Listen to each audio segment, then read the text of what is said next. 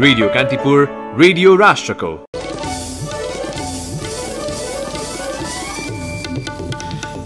प्रतिनिधि सभा विघटनपछि Nepal communist party नेकपाका दुई समूह मुठभेडतिर नेकपाभित्रको द्वन्द्वले मुलुकलाई थप अप्ठ्यारोमा पार्न सक्ने राजनीतिक चिन्तकहरूको विश्लेषण।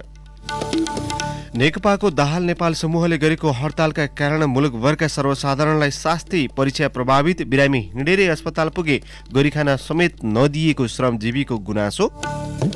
काठमाडौँका करिब आधा मानिसमा एन्टिबडी निर्माण भइसकेको विज्ञहरूको दाबी, नयाँ भाइरसको संक्रमण नदेखिए मुलुक हर्ड इम्युनिटीमा जान सक्ने भनाई। अमेरिकाद्वारा यमनमा जारी हिंसा अन्त्यका लागि पहल गर्ने व्यवस्था सहितको नयाँ विदेश नीति जारी, मुलुक प्रवेश गर्ने शरणार्थीको संख्यामा उल्लेख्य वृद्धि। र प्रिमियर लिग फुटबलमा टोटनह्याम विरुद्ध चेल्सीको सङ्घर्षपूर्ण जित, प्रशिक्षक टुचालको आगमनपछि चेल्सीको अपराजित यात्रा जारी। नमस्कार, कान्तिपुर डायरीका साथमा साथी प्रकाश र म अनिल। समाचार अब विस्तारमा। नेकपा दाहाल नेपालका अध्यक्ष पुष्पकमल दाहाल हिजो सुरक्षाकर्मी सहितको गाडीमा सातो बाटो पुल्चोक कोटेश्वर गरिरहँदा कतिपय ठाउँमा सुरक्षाकर्मी र अन्य ठाउँमा उनकै कार्यकर्ताले अवरोध गरेका कारण साधन हुने यात्रुले निर्धक्क यात्रा गर्न पाएनन्, नहुनेले पैदल यात्रा गरे। बन्दका कारण जसले दुःख पाए ती मतदाता पक्कै हुन्, तर कसैका खास कार्यकर्ता थिएनन्। बन्द गराउन खटिएका नेता कार्यकर्तालाई हौसला दिन गाडीमा हुइकिएका दाहालको शैलीबारे सामाजिक सञ्जालमा विरोध त भएकै थियो। नेकपा ओलीका अध्यक्ष केपी शर्मा ओलीले पनि कटाक्ष गरिदिनु भयो। जनताले कति दुःख पाए भनेर तमासा हेर्न कोही गाडीमा कोही मोटरसाइकलमा निस्किया छन्, कार्यकर्ता सकिएका छन्, आफै हिँडेका छन्। प्रतिनिधि सभा विघटन भएको 1.5 महिना यता नेकपाको नेतृत्व बीच एकले अर्कोलाई यस्ता कटाक्षले हद नागिसकेको छ।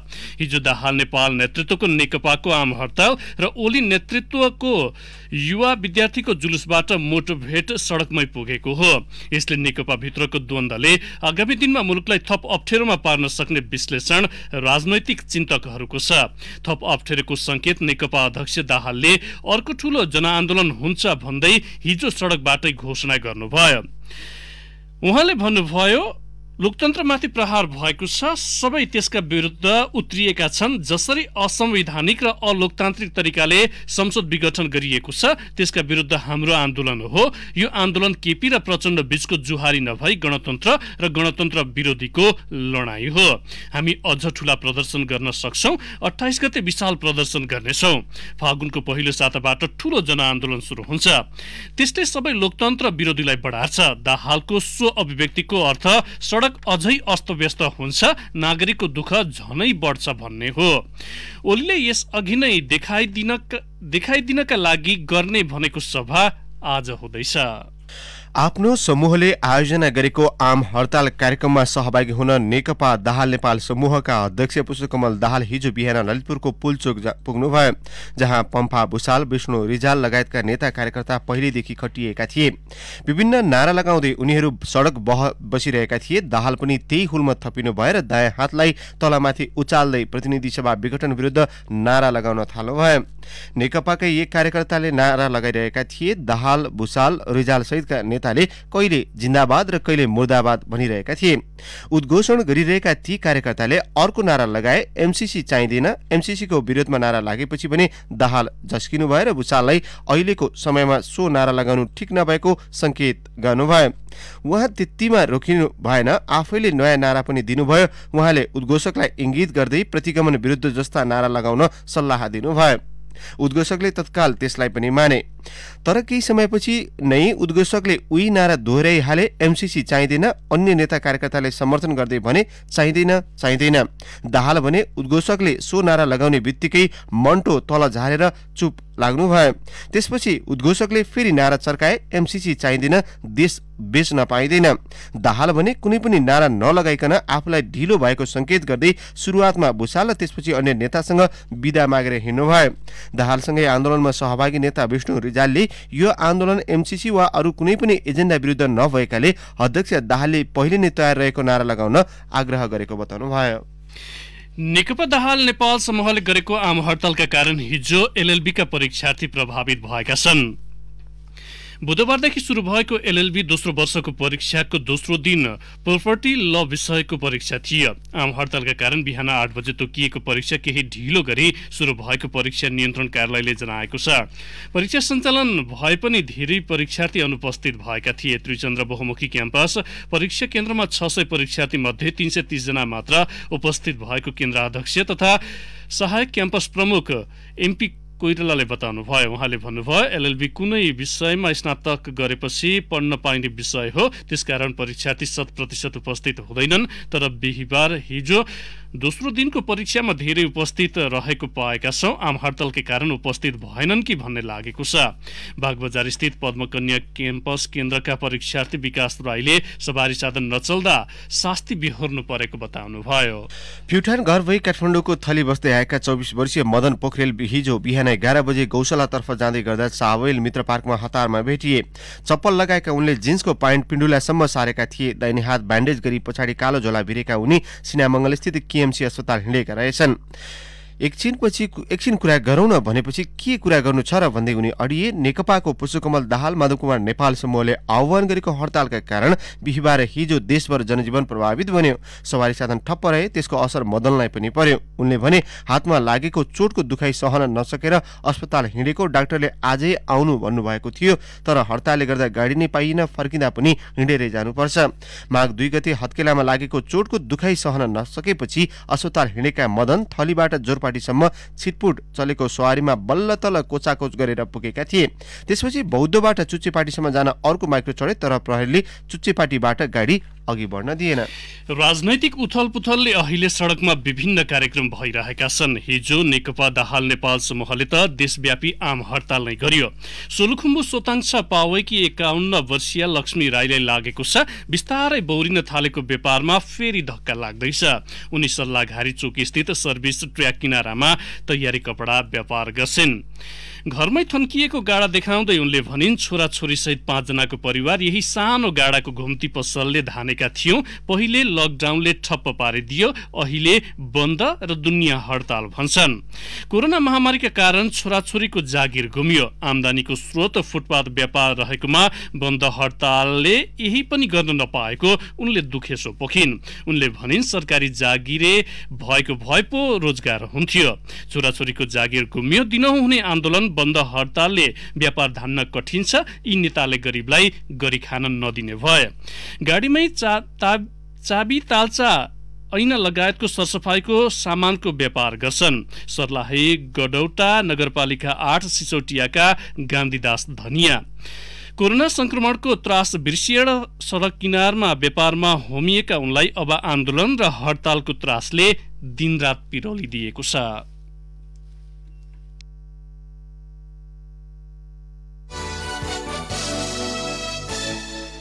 प्रतिनिधि सभा विघटन विरुद्धको मुद्दामा हिजो 3 सरकारी वकिलले बहस गरेका छन्। उनीहरूले प्रतिनिधि सभा विघटनको निर्णय जायज र संविधान सम्मत रहेको तर्क गर्दै प्रधानमन्त्री केपी शर्मा ओलीको बचाउ गरेका छन्। अघिल्लो दिन बहस बाँकी रहेका नायब महान्यायाधिवक्ता पदम प्रसाद पाण्डेले हिजो अन्तर्राष्ट्रिय सन्दर्भ जोड्दै अहिलेको संविधानमा 2047 सालको तुलनामा प्रधानमन्त्रीलाई बलियो बनाइएको दावी गर्नुभयो। उहाँले त्यो स्थायित्वका लागि भएको समेत बताउनुभयो।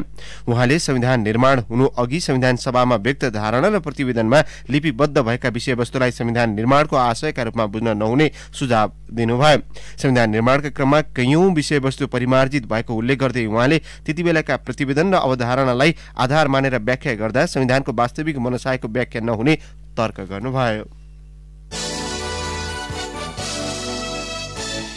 काठमाडौँका करिब आधा नागरिकमा कोभिड-19 संक्रमण विरुद्धको एन्टिबडी निर्माण भइसकेको दावी विज्ञहरूले गरेका छन्। कोभिडको लहर कम हुँदै गएको र नयाँ भाइरसको संक्रमण नदेखिए मुलुक हर्ड इम्युनिटीतिर जान सक्ने उनीहरूको विश्लेषण छ।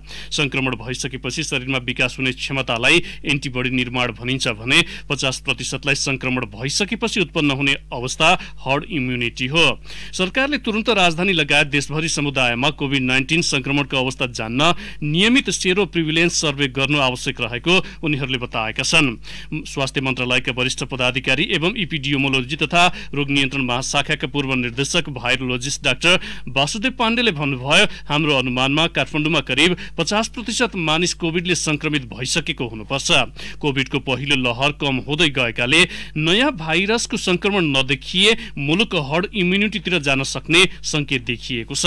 सरकारले गत 10 अघिदेखि 7वटै प्रदेशबाट 3150 वटा रगतको नमुना संकलन गरेर समुदायमा कोभिड संक्रमण बारे जान्न सेरो प्रिभिलेन्स सर्वे गर्दा देशभरिका 13.9% मा कोभिड विरुद्धको एन्टिबडी बनिसकेको अर्थात् उनीहरूमा जानेर वा नजानेर संक्रमित भइसकेको देखाएको थियो।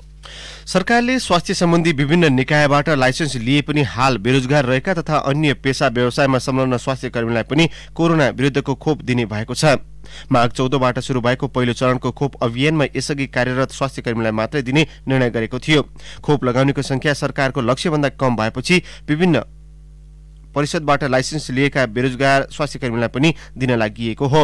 सम्बन्धित काउन्सिलबाट दर्ता भएको तर कुनै पनि स्वास्थ्य संस्थामा कार्यरत नभएका स्वास्थ्य कर्मीले खोप लगाउन नपाएको गुनासो आएपछि सबै लगाउन पाउने गरी स्वास्थ्य मन्त्रालयले निर्णय गरेको छ। कान्तिपुर डायरीमा अब ब्रेकको पालो। कान्तिपुर डायरीमा अब बाँकी प्रसंग। सुरुमा कान्तिपुर सविस्तार। कान्तिपुर सविस्तार। विश्व स्वास्थ्य संगठन WHO अन्तर्गतको क्यान्सर सम्बन्धी अनुसन्धान केन्द्रका अनुसार नेपालमा सन् 2020मा 20,508 जनामा क्यान्सर देखिएको छ। यसमा महिलाको संख्या मात्र 11,565 छ। क्यान्सर रोगका कारण गत वर्ष 13,629 जनाले ज्यान गुमाएको केन्द्रको तथ्याङ्क छ। क्यान्सर रोगकै कारण विश्वभर वर्षेनी 1 करोड मानिसको मृत्यु हुने गरेको WHOले जनाएको छ। मद्यपान, धूमपानसँगै असन्तुलित आहार, विकिरण क्यान्सर रोगको प्रमुख कारण भएको चिकित्सक बताउँछन्। समयमै रोग पत्ता लागे क्यान्सर निको हुन्छ, तर जटिल समस्या देखिएपछि मात्र उपचारका लागि बिरामी अस्पताल पुग्ने भएकाले निको हुने सम्भावना पनि घट्दै गएको चिकित्सकहरू बताउँछन्। लामो समयको लकडाउन र निषेधाज्ञाका कारण स्वास्थ्य सेवाको पहुँचबाट टाढा रहँदा क्यान्सरका बिरामीहरू जटिल अवस्थामा अस्पताल पुग्ने क्रम बढ्न थालेको भक्तपुर क्यान्सर अस्पतालका उपनिर्देशक डाक्टर रोशन प्रजापति बताउँछन्। लकडाउन खुलिसकेपछि बिरामीहरू जति पनि आएका छन् अलिकति ढिला स्टेजमा हैन, तेस्रो वा चौथो स्टेजमा चाहिँ बढी बिरामीहरू आइरहेको छन्। अब अहिले चाहिँ बिरामी चाहिँ संख्या चाहिँ बढेको छ। बिरामीको जुन स्टेज छ, जुन निको हुने अवस्था भन्दा ढिला अवस्थामा आएको छ। नेपालमा सबैभन्दा बढी क्यान्सर रोगी फोक्सोका छन्। यस्तै वार्षिक 5,000 बढी महिला पाठेघर र स्तन क्यान्सरबाट पीडित हुने गरेको तथ्याङ्क छ। समयमै रोगको पहिचान र उपचारसँगै पारिवारिक साथ र आत्मबल बलियो बनाउने हो भने पनि रोग जित्न सकिन्छ। स्तन क्यान्सर जितेकी भक्तपुरकी सुषमा तिवारी। सबैभन्दा ठुलो उपचार चाहिँ सही समयमा पत्ता लाग्यो मेरो। अनि दोस्रो चाहिँ अब मनोबलै हो। हेर्नु बहिनी, बिरामीले आफ्नो उच्च मनोबलको साथ उपचार गर्यो भने नहुने भन्ने देखिँदैन। मैले आफै अनुभव गरेको, म निको भएको अवस्था आज 6औँदेखि 7औँ वर्ष लागिरहेको छ हैन। अनि अर्को अब परिवारको त ठुलो सहयोग चाहिन्छ। विश्वभर क्यान्सरबाट मृत्यु हुने मध्ये 70% कमदेखि मध्यम आय भएका मुलुक रहेका छन्। नेपालमा वार्षिक 27,100 मानिसको मृत्यु सुर्तीजन्य पदार्थको प्रयोगकै कारण हुने नेपाल अर्बुद रोग निवारण संस्थाले जनाएको छ। नेपालमा करिब 50,000 देखि 60,000 क्यान्सरका रोगी रहेको अनुमान छ। पछिल्लो 5 वर्षको अवधिमा करिब 43,000 क्यान्सरका बिरामी पूर्ण रूपमा निको भएको सो संस्थाको तथ्याङ्क छ। क्यान्सर लाग्नै नदिन र लागिहाले पनि कसरी बच्ने त? ललितपुरको हरिसिद्धि स्थित नेपाल क्यान्सर अस्पताल एन्ड रिसर्च सेन्टरका सर्जिकल अंकोलोजी विभाग प्रमुख डाक्टर कपेन्द्र शेखर अमात्य। पाठेघरको मुखको क्यान्सरमा चाहिँ अब यो भाइरस विरुद्ध चाहिँ हामीले नयाँ खोपहरू आइसकेको छ। हाम्रो दिदीबहिनीहरूलाई चाहिँ सानै बेलामा खोप लगाउने यो प्रथा सुरु गर्यो भने सायद अर्को 5-10 वर्षमा चाहिँ यसलाई चाहिँ निर्मूल गर्न कोसिस गर्न सकिन्छ। यस बाहेक अर्को हामीले गर्न सक्ने भनेको चाहिँ समयमै पहिचान हो। क्यान्सर जति प्रारम्भिक अवस्थामा हामीले पहिचान गर्न सक्छौँ त्यति नै यसको उपचार। सिम्पल भनेको एउटा कुरा के भन्छ, आफू सतर्क हुनु एकदमै जरुरी छ। दिदीबहिनीहरू आफ्नो स्तनलाई चाहिँ हरेक महिना आफूले परीक्षण गरिराख्नु पर्यो। पाठेघरको मुखको क्यान्सरको लागि चाहिँ समय समयमा हामीले अहिले नयाँ स्क्रिनिङहरू गरेको छौँ, जस्तै कि प्याप्समियरहरू भन्छौँ हैन। यिनीहरू गर्यौँ र समयमा हामीले एउटा एक्सरेहरू गर्यौँ। यिनीहरू गर्यो भने यसको प्रारम्भिक अवस्थामै हामीले पत्ता लगाउन सक्छौँ। भक्तपुर क्यान्सर अस्पतालमा उपचाररत 294 बिरामीसँग गरिएको एक अध्ययनले क्यान्सरको उपचारमा एक व्यक्तिको औसतमा 3,88,000 रुपियाँ खर्च हुने देखिएको छ। सरकारले क्यान्सरका बिरामीलाई उपचारमा 1 लाख रुपियाँ नगद सहयोग गर्दै आए पनि बिरामीलाई लाग्ने उपचार उपचार खर्चको आधारमा सरकारी सहुलियत कम हो। सरकारको ध्यान कोरोनाको उपचारमा केन्द्रित भए पनि क्यान्सरका बिरामीलाई दिइने सेवालाई पनि प्राथमिकतामा राखिएको स्वास्थ्य मन्त्रालयका प्रवक्ता जागेश्वर गौतमको दाबी छ। क्यान्सरकोबाट बच्नको लागि गर्नुपर्ने कामहरू पोहोर परार सालको जस्तै गर्ने र अहिले अर्को इम्पोर्टेन्ट के छ भने हाम्रो नसर्ने रोगहरूको रणनीति दोस्रो रणनीति अहिले बन्दैछ। त्यसमा क्यान्सरको प्रिभेन्सनको लागि पनि 21 देखि 2024 सम्मको रणनीति र त्यसपछि 2030 सम्म बढाएर त्यो रणनीतिमा चाहिँ हामीले काम गरिरहेछौँ। किन नसर्ने रोगहरूको मुख्य चाहिँ बल्क चाहिँ क्यान्सर भएको हुनाले त्यसको लागि हामी अरू मन्त्रालयहरूलाई पनि इन्भल्भ गरेर हामीले काम गरिरहेछौँ। रोगको समयमै पहिचान र उपचार हुँदा विकसित मुलुकहरूमा क्यान्सर पीडितको संख्या पनि घट्दै गइरहेको छ। तर समयमै रोग पहिचान नहुँदा नेपालमा भने जटिल अवस्थाका क्यान्सरका बिरामी बन्ने सम्भावना उत्तिकै रहेको चिकित्सक बताउँछन्। त्यसैले व्यक्ति स्वयं पनि सचेत हुँदै रोग लाग्नै नदिन र लागिहाले पनि समयमै उपचार गर्नुपर्ने देखिएको छ। ग्रामीण भेगका जनताको लागि जनचेतनासँगै सेवा र सहुलियत विस्तार गर्न पनि उत्तिकै आवश्यक छ। रेडियो कान्तिपुरका लागि केशु लामिछाने। कान्तिपुर सविस्तार। साउदी अरबका 500 कम्पनीले नेपाली श्रमिक लैजान नेपाली दूतावासमा आवेदन दिएका छन्। रियाद स्थित नेपाली दूतावासका अनुसार अनलाइनबाट मागपत्र दिन सूचना सार्वजनिक गरे लगतै ती कम्पनीले आवेदन दर्ता गरेका हुन्। साउदीका लागि नेपाली राजदूत महेन्द्र सिंह राजपूतले भन्नुभयो, नेपालबाट श्रमिक ल्याउन मागपत्र प्रमाणीकरण गर्न दूतावास आइराख्नु पर्दैन। अहिलेसम्म 500 भन्दा बढीले आवेदन दिएका छन्। दूतावासमा गत चैतदेखि बन्द भएको मागपत्र प्रमाणीकरण मागको तेस्रो सातादेखि सुरु भएको हो। विद्यार्थीबाट अतिरिक्त शुल्क लिँदै आएको वसुन्धरा स्थित कान्तिपुर डेन्टल कलेजले प्राध्यापक फ्याकल्टीहरूलाई भने न्यूनतम तलब पनि दिएको छैन। वैशाखदेखि पारिश्रमिक नपाएपछि त्यहाँ कार्यरत प्राध्यापकहरू आन्दोलनमा उत्रिएका छन्। गत पौष 13 देखि आफूहरू कलेज छोड्न लागेको डाक्टर प्रणित पोखरेलले जानकारी दिनुभयो। वैशाखदेखि नै अनलाइन कक्षा सञ्चालन गरे पनि कलेजले न्यूनतम पारिश्रमिक समेत उपलब्ध नगराएको प्राध्यापकहरूको गुनासो रहेको छ। 18 प्राध्यापक कलेज नगएपछि कलेजको पठन पाठन प्रभावित बनेको विद्यार्थीहरूले बताएका छन्।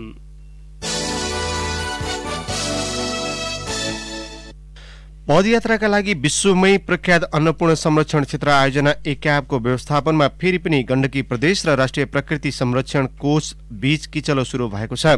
संघीय सरकारले गत वर्षको माघमा 6औं पटक 1 वर्षका लागि भन्दै एक्याबको व्यवस्थापन गर्ने जिम्मा कोषलाई दिएको थियो। कुमलटारमा मुख्यालय रहेको कोषले 2043 सालदेखि एक्याबको व्यवस्थापन गर्दै आएको छ। कुमलटारमा मुख्यालय रहेको कोष अन्तर्गत अहिले एक्याब, गोर्खामा एक्याब, दोलखा सिन्धुपाल्चोक र रामेछापमा जिक्याब र चितवनमा जैविक विविधता संरक्षण केन्द्र, सौराहा, बर्दिया ठाकुरद्वारमा बर्दिया संरक्षण र कञ्चनपुरमा शुक्ला फाँटा संरक्षण कार्यक्रमका कार्यालय र कर्मचारी कार्यरत छन्। एक्याबको म्याद माघ 3 गते सकिएपछि माघ 6 मा बसेको गण्डकी प्रदेशको मन्त्री परिषद बैठकले एक्याब आफूलाई हस्तान्तरण गर्न संघीय सरकारसँग माग गर्ने निर्णय गरेपछि पुनः किचलो सुरु भएको हो।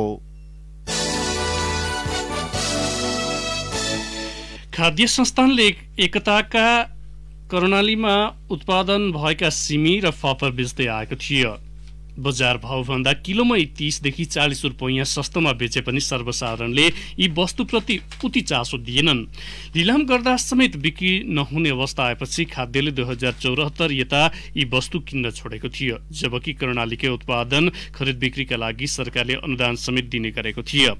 खाद्य संस्थान र नेशनल ट्रेडिङ लिमिटेड गाभेर खाद्य व्यवस्था तथा व्यापार कम्पनी बनेपछि कर्णालीको उत्पादनले पुनः प्राथमिकता पाउन थालेको छ। परीक्षण स्वरूप खाद्यले सुर्खेतबाट 2700 किलो मार्सी चामल खरिद गरेर बिक्री गरिरहेको छ।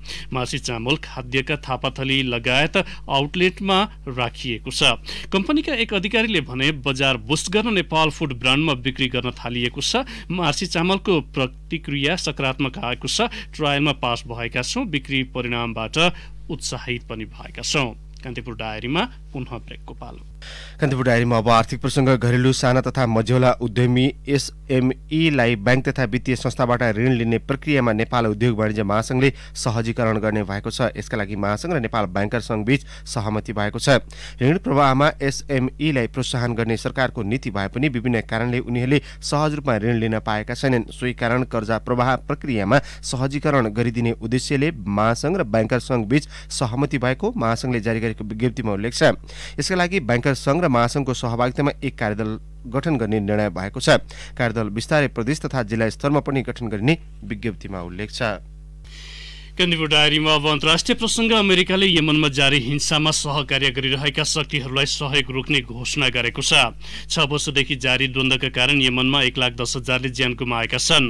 अमेरिकी राष्ट्रपति जो बाइडेनले महत्वपूर्ण विदेश नीति सम्बन्धी भाषणमा यमन युद्ध अन्त्य हुनुपर्ने बताउनु भएको हो। बाइडेन अघिका 2 राष्ट्रपतिले साउदी अरेबियालाई यमनको हुती विद्रोही विरुद्ध सहयोग गरेका थिए। सन् 2014 देखि यमनमा हुती विद्रोही विरुद्धको सङ्घर्ष चलिरहेको छ। सन् 2015बाट अमेरिका, बेलायत र फ्रान्सले हुती विद्रोही विरुद्धको कारबाहीमा सहयोग गर्दै आएका छन्। आफ्नो विदेश नीतिमा महत्वपूर्ण परिवर्तन ल्याउँदै अमेरिकाले मुलुक प्रवेश गर्ने शरणार्थीको संख्यामा उल्लेख्य वृद्धि गर्ने राष्ट्रपति बाइडेनले बताउनु भएको छ। अब खेल प्रसङ्ग। चेल्सी इङ्ग्लिस प्रिमियर लिग फुटबलको 6औं स्थानमा उक्लिएको छ। 22औं चरणको खेलमा गैराती टोटनह्यामलाई 1-0 ले हराउँदै चेल्सीले शीर्ष टोलीसँगको दूरी घटाएको हो। टोटनह्यामको मैदानमा चेल्सीलाई जिताउन 24औं मिनेटमा जर्जिनोले पेनाल्टी मार्फत गरेको गोल नै निर्णायक बन्यो। नयाँ प्रशिक्षक थोमस टुचालको आगमनपछि चेल्सीको अपराजित यात्राले निरन्तरता पाएको हो। खेलमा अधिकांश समय टोटनह्यामलाई दबावमा राखेको चेल्सीले गोल गर्ने अवसर भने सिर्जना गर्न सकेन। घरेलु टोलीले पाएका केही अवसर खेरा फाल्दा हार भोग्न बाध्य भए। 22 खेलबाट 36 अङ्क जोडेको चेल्सी समान अङ्क भएको एभर्टनलाई पछि पार्दै 6औं स्थानमा पुगेको छ। टोटनह्याम भने 33 अङ्कमा 8औं स्थानमा धकेलिएको छ। अब मौसम सम्बन्धी जानकारी। काठमाडौँ उपत्यका सहित मुलुकभरको मौसममा आज आंशिकदेखि सामान्य बदली हुने जल तथा मौसम पूर्वानुमान महाशाखाले जनाएको छ। सुदूरपश्चिम प्रदेश, कर्णाली प्रदेश, गण्डकी प्रदेश, लुम्बिनी प्रदेश 1 र बागमती प्रदेशका पहाडी भूभागका केही स्थानहरूमा हल्कादेखि मध्यम वर्षाको सम्भावना छ। उच्च पहाडी र हिमाली भूभागका केही स्थानमा हल्कादेखि मध्यम हिमपातको सम्भावना रहेको महाशाखाले जनाएको छ। केही बेर अघि काठमाडौँ उपत्यकाको तापक्रम 4 डिग्री सेल्सियस मापन गरिएको छ। आज न्यूनतम तापक्रम 2 र अधिकतम 18 डिग्री सेल्सियससम्म पुग्ने महाशाखाको अनुमान छ। सूर्योदय केही बेर अघि 6:48 भयो भने सूर्यास्त भरे साँझ 5:48 हुनेछ। हवस्, त्यही प्रसङ्गसहित कान्तिपुर डायरीको यो बुलेटिन अहिलेलाई यहीँ सकिन्छ। अहिले केही बेरमा प्रसारण हुने हाम्रो नियमित कार्यक्रम द हेडलाइनर्समा आज हामी नेकपा ओली पक्षले आज काठमाडौँको दरबार मार्गमा आयोजना गर्न लागेको सभाका बारेमा नेकपाका केन्द्रीय सदस्य एवं युवा नेता महेश बस्नेतसँग कुराकानी गर्दैछौँ। सुन्ने प्रयास गर्नुहोला। अहिलेलाई भने कान्तिपुर डायरीबाट साथी प्रकाश र म अनिल बिदा माग्छौँ। नमस्कार।